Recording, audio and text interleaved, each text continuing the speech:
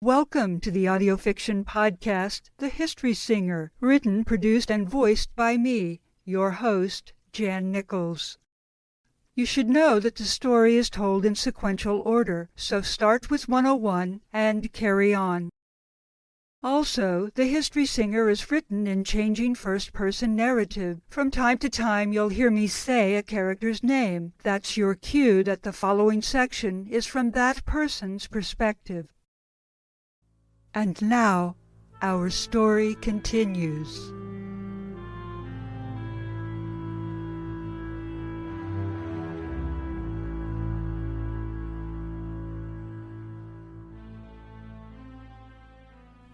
Soren Vrenik, High Lord of Vrenholm.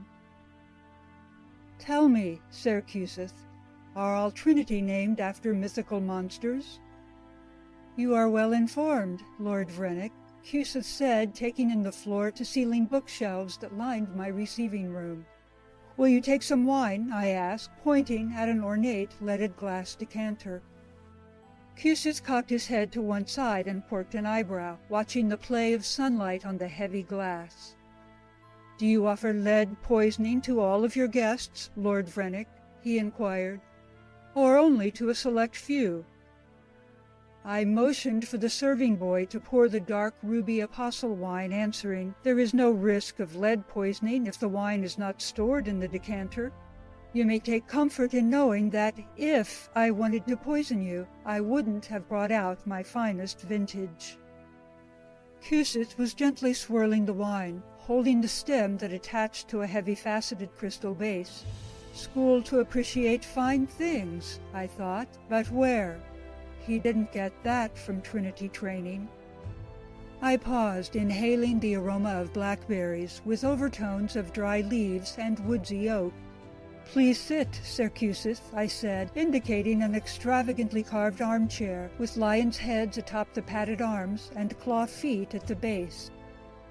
I stretched out my long legs beneath the desk between us. Now, tell me how you came to bear the name of a very large, shaggy green hound, believed to be a harbinger of death. Cusith swirled the wine, seeming to admire the weight of the faceted crystal. A very civilized assassin, I thought. My compliments on the wine, Lord Vrenik. Rumors of your hospitality have not been overstated. He sipped and swallowed before answering my question. We do not choose our Trinity names. They are given to those of us who survive the trials. He looked at me above the rim of the crystal glass and shrugged his shoulders. It suits me well enough. Besides, I have green eyes. Yes, I thought, green eyes and ebony skin speak of interesting forebears. There was an offhand deadliness about the night that was unlike anything I had seen in the company of soldiers on campaign. It was time to go on the offensive. What do you know of the Trinity knight named Griffin? I asked. Cusith was adept at equivocating, answering my question with one of his own. Why do you ask? It was a risk, but I decided to be honest. I ask because I think he is in danger. Cusith hadn't moved a muscle, but he exuded a palpable tension that hadn't been there a moment before. Go carefully, I thought. I'm listening.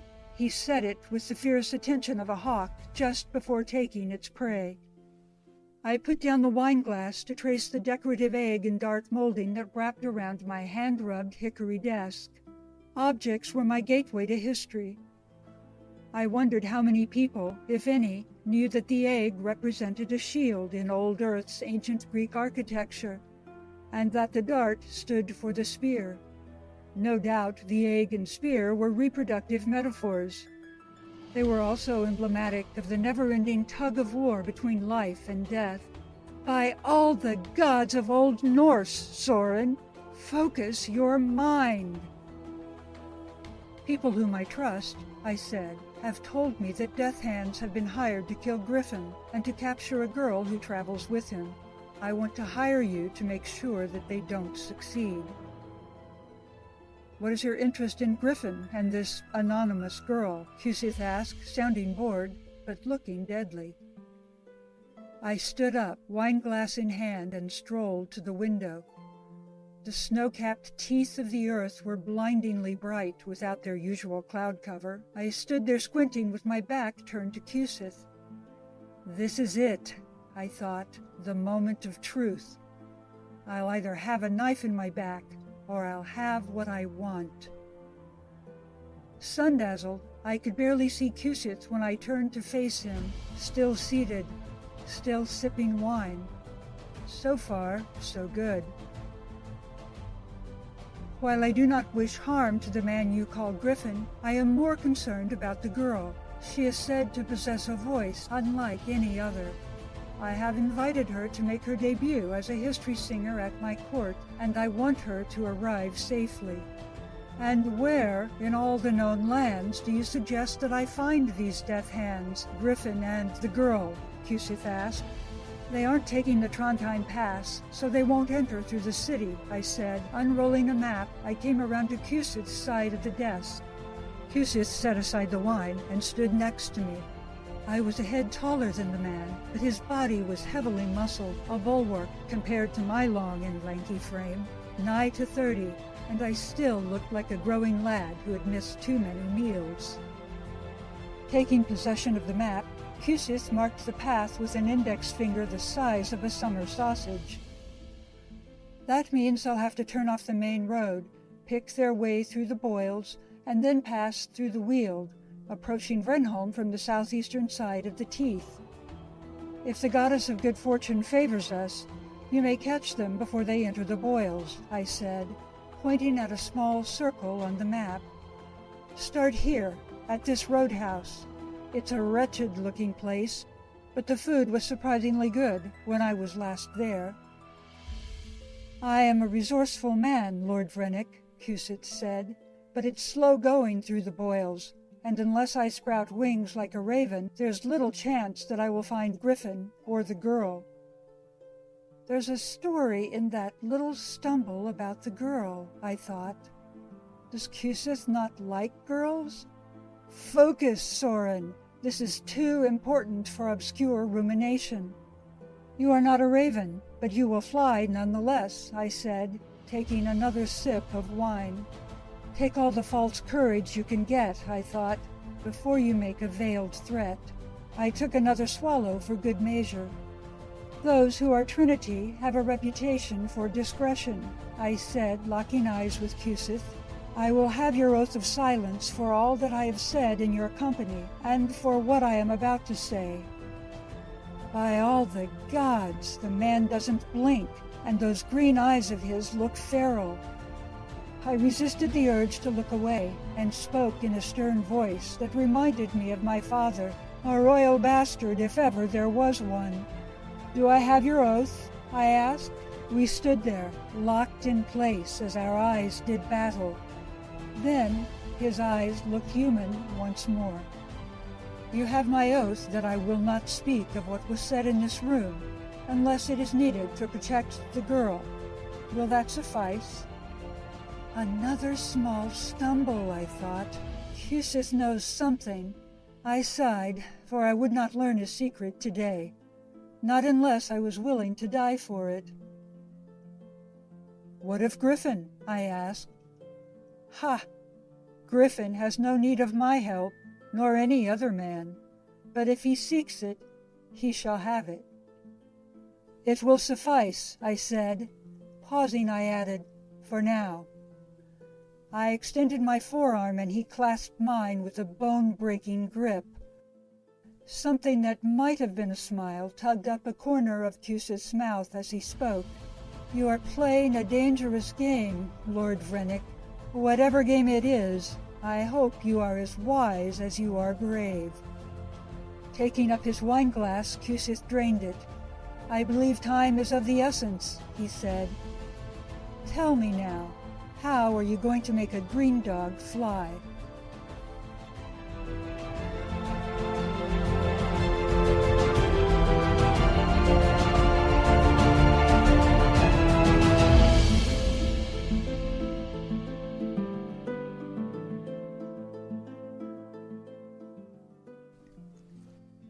Arianthe Grace. He rode into camp on that immense horse of his, as the afternoon sun was slipping toward the horizon. "You have come back to us," I said like an idiot. Truth be told, I was perched on the top step of the wagon I shared with Soba, keeping an eye out. But for what? The dead man's return, or the living one? Bacanyi. Leather creaked as he dismounted. Fingerless gloves showed his clean-trimmed nails. I shoved my chapped, nail-bitten hands deep into the pockets of my camp dress, a long shift worn over gray pants. "Good evening, my lady," Bacanyi said in an almost cordial tone. "Evening's greetings to you, Ser Bacanyi." Unable to think of anything to say, I stood and curtsied. "Idiot! Idiot!" I screamed inside my head. When have I ever been at a loss for words? "Is there someone to tend my horse?" he asked.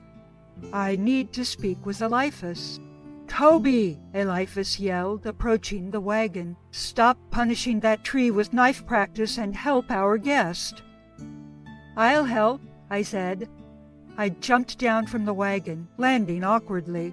Bacanyi's hand was at my elbow in a flash. How can he move so fast? It's unnatural.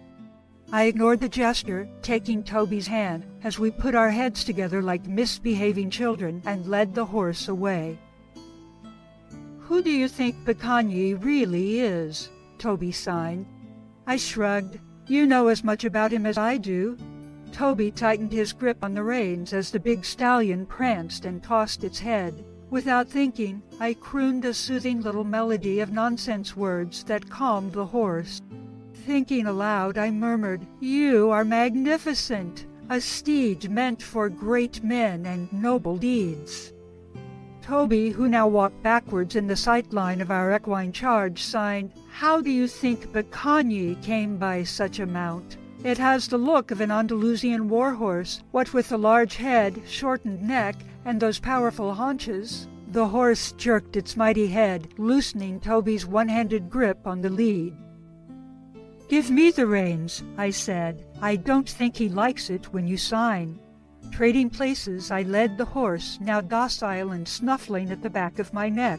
"Stop that," I laughed. "It tickles." Toby signed, "The beast likes you." "More like he thinks my red hair is a carrot," I sighed. Soba had finally cut off my hair so it could grow out evenly, after shearing the back of my head to care for the wound. It was growing back, but it was a very pronounced red. How did a king's guard, or an envoy, or whatever he is, come by it? "He may have won it in a card game," I said, "or maybe he is the bastard of a noble lord, and the horse is his birthright." "Interesting in theory, but neither of those things would be true," Bacanyi said. Startled by his presence, I jerked the reins as I whipped around to face him. The horse reared, towering overhead. I didn't see Bacanyi move. He had been a few steps behind Xanthes, and then he was standing quietly in front of his horse's immense hooves, now flailing and pawing at the air. "Easy, Xanthes," he said. "All is well." The horse calmed at the sound of Bacanyi's voice. It was as if horse and master were of one mind, each understanding the other. No, it was something more, as if in that moment the two were one, lingering just outside the normal bounds of time. Toby signed, and I stammered at the same moment, "How did you do that?" Bacanyi ignored the question, saying, "I'll lead him from here. Show me the way." He glanced at Toby. "Not you," he said. "I need a few words with your lady mistress." My cheeks were twice scarlet, embarrassed that Bacanyi overheard me gossiping about him, and furious at his easy command over Toby. "I am no one's mistress," I spoke with my stage voice, every syllable a knife that cut through the air.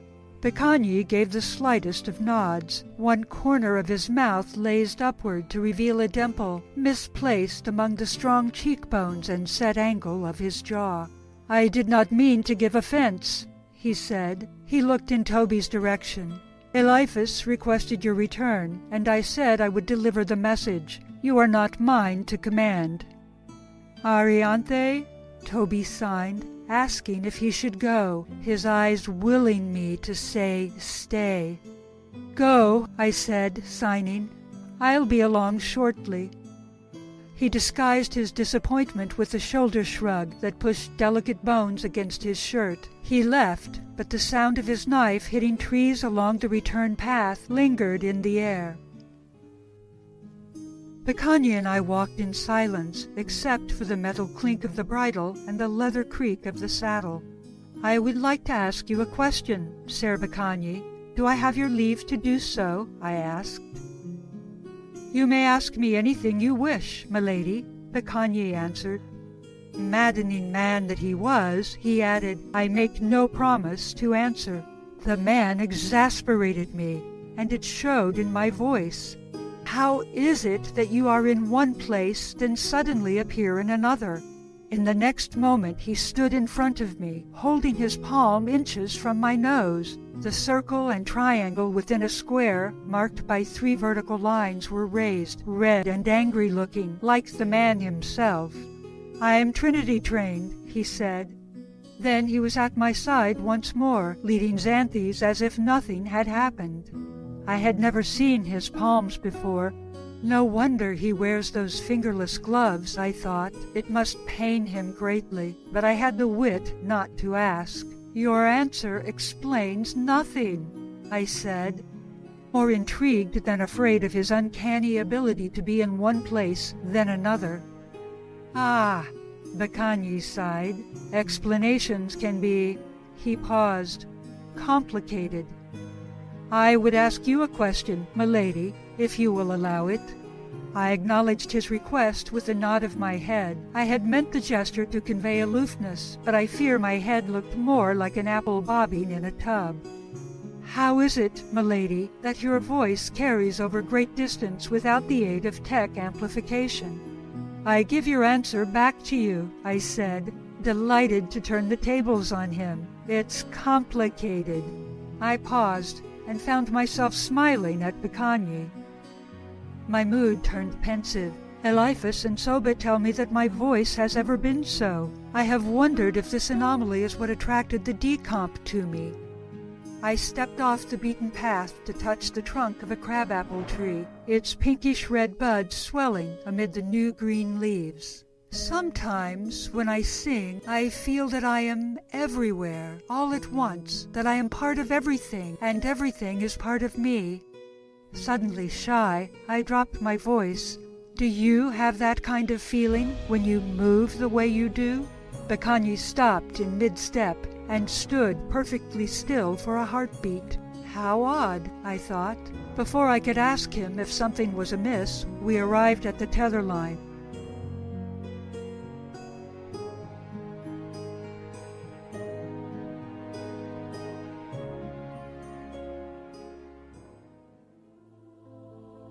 I called out to Demos, a mountain of a man who held 2 of the little men musicians by the scruff of the neck.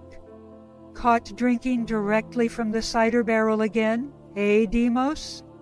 Grinning wickedly, the strong man plopped Presto and Nuto onto tree stump seats. "Yes, little miss," Demos said. "Small in stature, but they have a full-size thirst. I'll give 'em that. Will you have a cup, guest?" Demos gestured to Bacanyi. "Thank you. Later, if I may, I must tend to my mount first." Remembering my manners, I made the introductions. "Aurelius Vitellius Demos, strongman, fire-breather, and portrayer of villains most foul. Allow me to introduce you to our visitor, Ser Xanderin Bacanyi, envoy of Renatus." Demos was a full head taller, but his height and bulk did not dwarf Bacanyi, as it did other men. "I am not of any high lord's bloodline," Bacanyi said. "No need to address me as Ser. Bacanyi will do." "Then we are brothers," Demos said, thumping Bacanyi on the back. "I have not a drop of noble blood in these veins, and for all the Latin my mother forced upon my name, I suspect bastardy is my birthright. Demos I am, and Demos I shall always be." Bacanyi smiled. a man at ease among men, while Deimos reared back his head to release a full-throated laugh, so deep it might have had its origin in the ground beneath his feet. My shoulders began to shake as I joined Deimos in uncontrollable laughter. As one peal followed another, and then another, I dropped to my knees, wiping teary eyes with the back of my hand. Soba often said that laughter was the best kind of medicine. She was right, for I felt a lightness of being that had been lost to me since singing for the decomp. After a time, I became aware that both men were silent as they stared at me. Deimos reached down and plucked me from the ground, easy as if I were a willow branch. "Is all well with you, little songflower?" Deimos asked. Bacanyi stood back, brows furrowed, looking mildly curious, as if I were an unfamiliar insect. "Yes, Deimos, all is well," I said, suppressing hiccuping giggles. "Please show our guest where the horse feed and fresh water are kept." "I'll do you one better, little miss," Deimos said. "I'll take the beast myself." Bacanyi spoke in a quiet voice to Xanthes, who snorted and shook his head, before going with Deimos, the thick reins looking small in his mighty paw. I swallowed the last bits of laughter with effort, my throat feeling tight and scratchy. "I should be getting back to help with supper," I said. "Soba has declared that we shall have a feast this night." "Wait," Bacanyi spoke with an easy authority, used to command. "I would speak with you." "Is that a command?" I asked. "No," he said. "I didn't mean it to be." He studied his boots for a moment. "I am not often in the company of young girls. My manners have been appalling," I completed his sentence. "As you say." It was a fleeting smile, but for an instant Bacanyi looked boyish, no longer the seasoned warrior. "And I am not a girl," I said, unable to disguise the slight waver in my voice. I ignored Bacanyi's puzzled look. "I am a woman, 18 years on my next boarding day, come the summer solstice." With a fluid grace he brought his right arm across his chest, palm resting on his heart. He bowed deeply, saying, "My lady, I stand corrected." "What was it you wanted to say?" I willed myself to stand tall and quiet, fighting back the almost overwhelming desire to fiddle with the fabric of my tunic, as I did when nervous. He reached inside his padded leather tunic and pulled forth a square envelope of costly paper. It was closed with a dark wax seal the color of dried blood. I took the envelope, tracing the thick wax with my index finger in disbelief. "This is the mark of a high lord," I said, looking up at Bacanyi. "How did you come by this?" "It was given to me by a messenger of Soren Vrenik, with the express wish that I deliver it to you in person," Bacanyi said. I stuttered. Are you a messenger for the High Lord of Vrenholm?" His mouth tightened in irritation, before a small smile made a futile attempt to appear. "Yes," Bacanyi said. "On this occasion, it appears that I am Lord Vrenik's messenger." "Are you not interested in reading the letter?" he asked. He looked at me as if I were an account whose sums wouldn't tally. "If you cannot read—" I interrupted, cheeks high with color and anger. "I can read," I refrained from adding, "in several languages." Breaking open the seal, I extracted a single sheet of heavy vellum and read the ornate script. "On the occasion of your debut at my court, please do me the honor of singing the Hymn to the Sun in a private audience with select members of my inner circle." It was signed Sir Soren Vrenik, High Lord of Vrenholm. That was all. Nothing about how Lord Vrenik knew about my existence. How could he know that a Liphus was training me to be a history singer, or that I was anywhere in the vicinity of his court, for that matter? I held out the note to Bacanyi. "Have you read this?" The fine skin around his eyes tightened, but he answered mildly enough. "The seal was unbroken, was it not?" "There are ways to tamper with the seal," I said. Bacanyi stared at me, unblinking. "Are you accusing me of doing so? Do you answer every question with a question?" "It is common practice at court," he said, brushing away a buzzing insect. "And useful," he murmured. "But I did not break the seal nor read the contents of the message. I am, as you discerned, merely the messenger."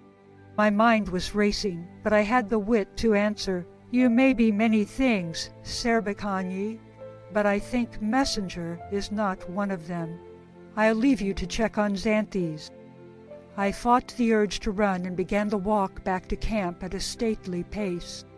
Once out of view, I hiked up my tunic and ran back to camp, toward I knew not what, but most certainly away from Xander and Bacanyi.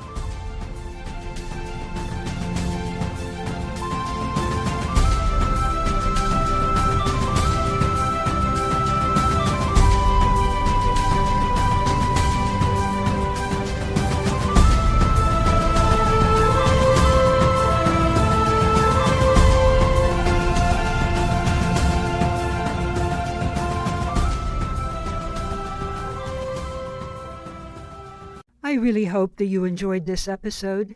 If you did, I have a small ask. To make it easy for you or your friends to follow the show, just use this link.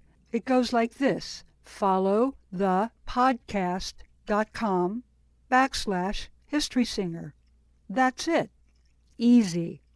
Also, if you'd like to leave a rating and review to help others discover the show, I have an easy link for that too. Simply go to lovethepodcast.com/historysinger. You know, I thought I made this podcast for me because I felt compelled to tell this story.